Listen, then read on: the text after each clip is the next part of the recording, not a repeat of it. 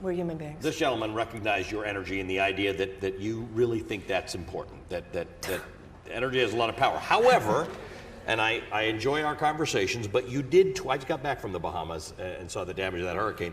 You had a very unusual tweet about Hurricane Dorian saying that the power of the mind, 2 minutes of prayer, visualization, meditation, you seem to imply that good energy can offset bad hurricanes. No, I didn't. The only problem there is that I deleted that tweet. Okay. I'm Jewish. I go to the doctor. Okay. There's nothing anti-doctor about me. There's nothing anti-science about me. It sort of felt a little anti-sciencey, but... Let me tell you something. A few days before I wrote that tweet, I was in South Carolina and Georgia. You think they weren't praying for that thing to turn around? And are we going to just talk down to them because you think that everybody who prays in those southern states and we're praying, dear God, turn this hurricane around, you think they're stupid? That's real smart strategy, Democratic leftists. That's real smart strategy. Mock and make fun of everybody who believes that God is powerful. I am a woman who believes in God. It doesn't mean I don't believe in science. It doesn't mean I lost some brain cells. It doesn't mean I'm less intelligent. So you'd have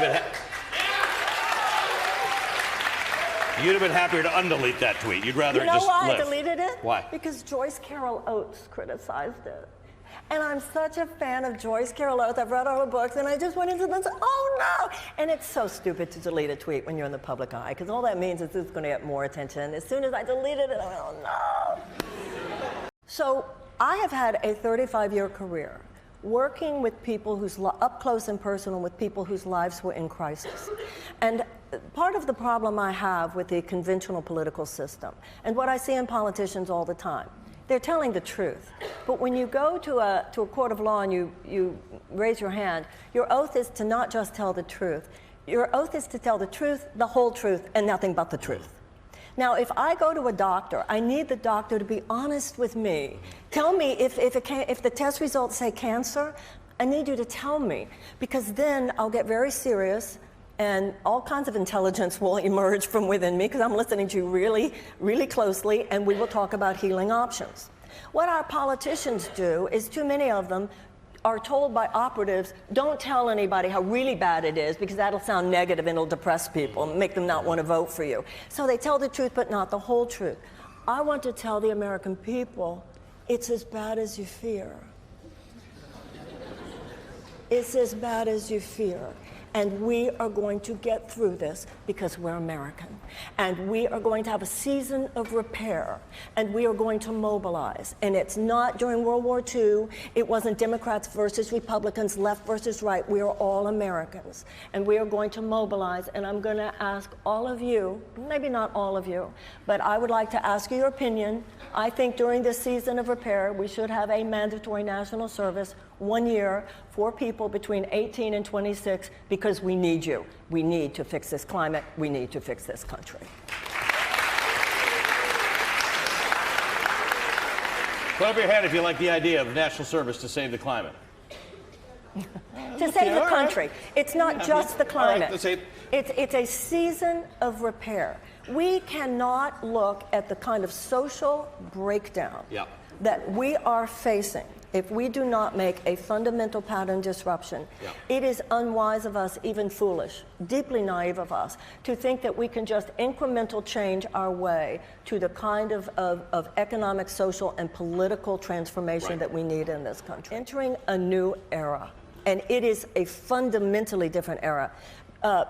President Obama was the last American president dealing with the effects of the 20th century. We are now in a different time. We're in a different century. The consequences of failure are unlike anything we've ever seen before.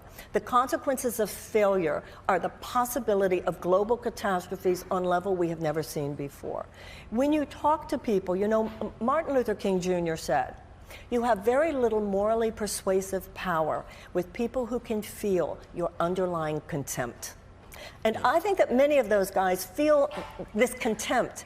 I don't have, like you said, I grew up in Texas. I grew up with you. I went to high school with you, remember? You know what I'm saying? But your taxes are too low and you know it. And you know what they say to me when I say it? I know. Because I know you. Stop pretending. But in the end, they have not taken their industrial level expertise, which we may have to we may have to depend on. You are suggesting, whether you do it nicely or not, they're going to feel attacked, right? You have supported the Green New Deal, which means no dependence on fossil fuels after 2050. That puts these companies, as they are today, essentially out of business. No, it doesn't. It's an invitation. There is more money to be made. And that can be proven even right now. There is more money to be made in green energy. There is more money to be made in green jobs. And there's also a survivable future that is possible. So that's just a canard. This idea that it's economic loss. Let me tell you something. Global catastrophe will be bad for everybody's economy. So people are intelligent enough that I believe, and I think that part of the problem with the progressive argument sometimes is that we don't go far enough and just say it the way it is. This is not an option. It wasn't an option whether or not we fought the Nazis. It wasn't an option. This is not an option. And America should not only go along with this, America should be leading this. Americans are hardwired for great things. And that's part of this whole Texas thing. I come from a place where we do things big. Americans do things big. We are not hardwired for incremental change. We're like a big airplane. If you see a big airplane in the sky, it's like this amazing thing. But if you see it on the runway, it's kind of this huge clunky piece of metal. If you see this amazing sports car on the highway, it's like, whoa. But if you see it just like in a neighborhood driving around, it's just a car. So Americans, we're like the big airplane. So I want to initiate a phase of repair, an era of repair, a mass mobilization to repair this country. And you can't separate climate change from the fact that millions of American children live with chronic trauma. You can't separate climate change from the fact that our national security agenda is driven more by short-term profits for defense contractors than it is by any kind of effort to actually proactively wage peace.